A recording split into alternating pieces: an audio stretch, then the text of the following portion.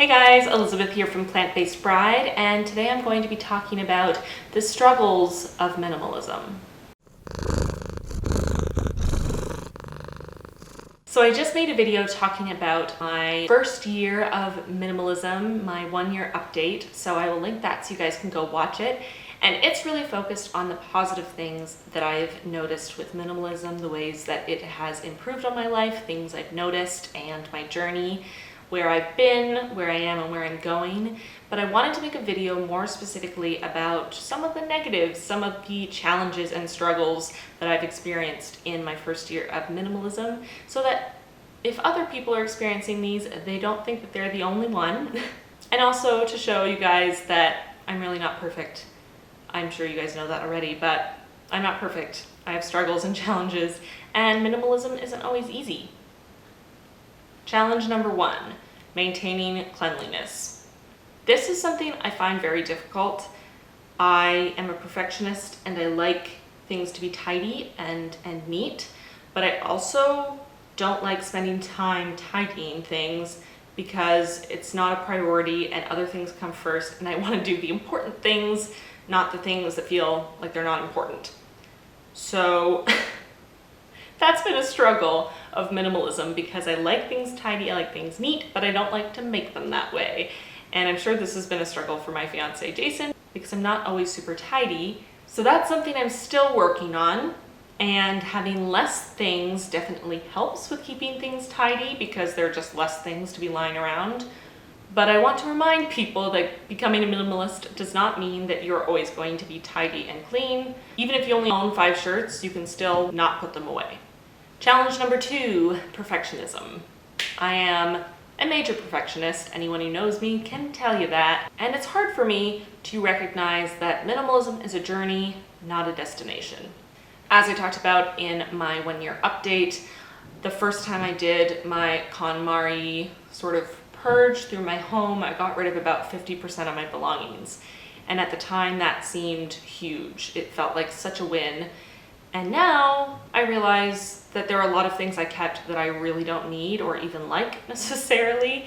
And my first reaction was to be disappointed in myself and to think, why did I do such a bad job? You know, reading this book, she says no one's ever failed. People who do it properly, they only have to do one and then they're set for the rest of their lives.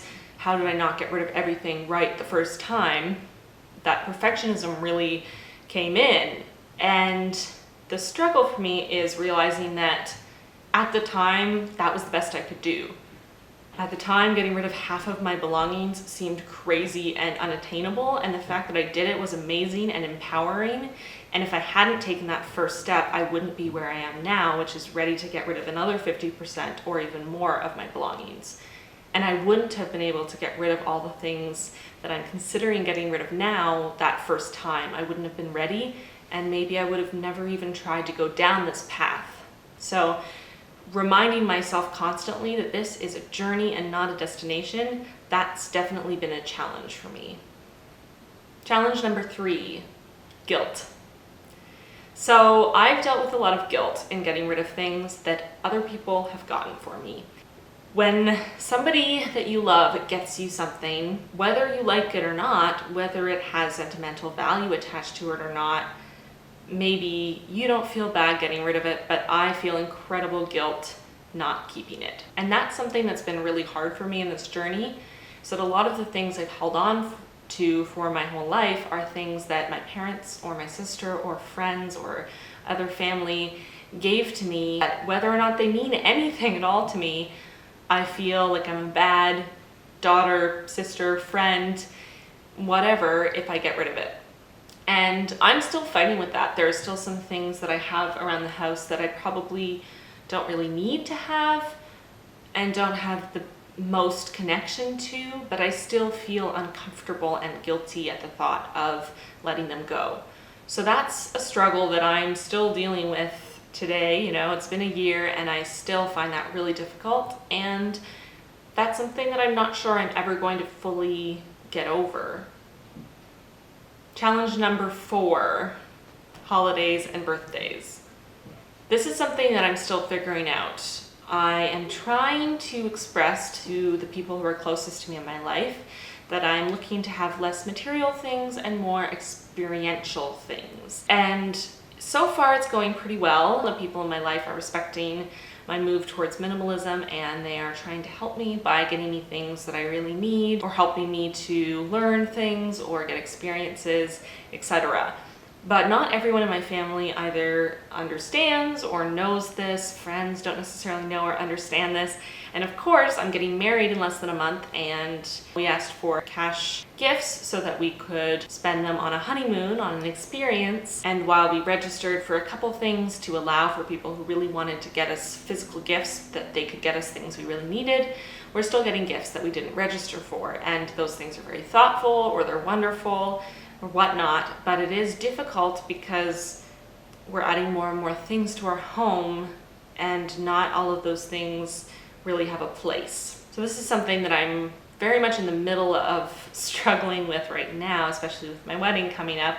So if you have any tips on talking to family and friends about it, or how to kind of handle those situations, please let me know in the comments below, because I have a feeling that in the next month or so, I'm going to have a lot of that to deal with.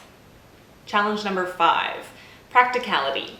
I'm a very practical person, and I don't like to get rid of things that are practical or I think will be useful at some point, which is why I have a drawer full of pens and pencils instead of just having a couple pens and a couple pencils, because why get rid of them when pens and pencils are useful and I use them all the time.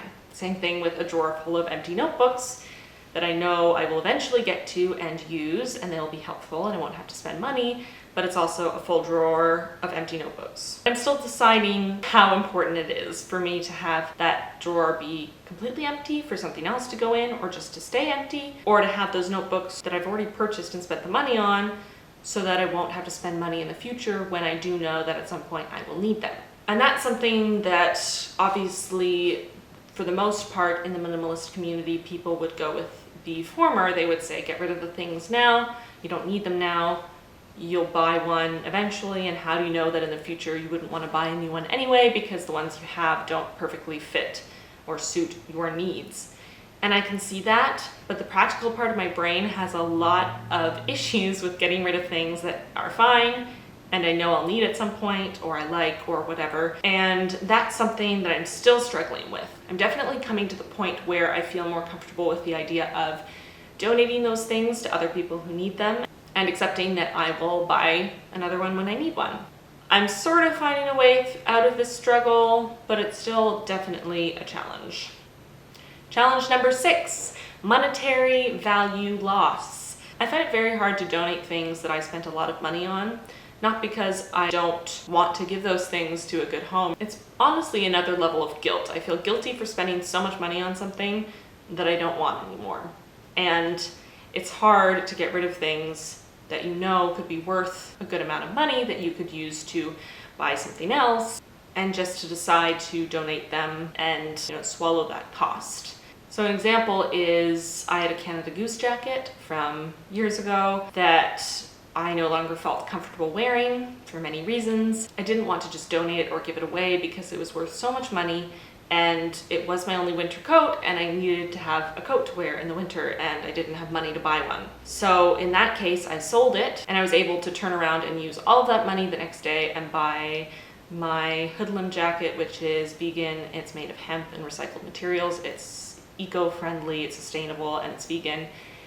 And that was amazing. But the issue is that that doesn't happen for everything. I can have things, and I do have things of great value that I no longer want to have for whatever reason, but no one feels like buying them. Or they don't want to buy them for the amount that I really know they should be buying them for. And that's when I get to the point, I find myself almost hoarding those things because I don't want to get rid of them until I can get the value out of them that I feel I need to. And that's definitely been a struggle for me, and I think part of that is my not having gotten to that point yet of what Marie Kondo talks about in her book, The Life-Changing Magic of Tidying Up, to recognize that something that's been in your life has given you its value, it's served its purpose. And maybe its purpose wasn't to be sold for X amount of dollars, its purpose was to make you happy, or its purpose was to teach you that you shouldn't buy things like that, or whatever. and to focus more on what it did give you than what you're losing out on by getting rid of it. And the positive benefits you will receive by donating that thing and having that space open and clear and maybe ready for something else that means a lot more to you or is a lot more useful, whether or not it's of equal monetary value.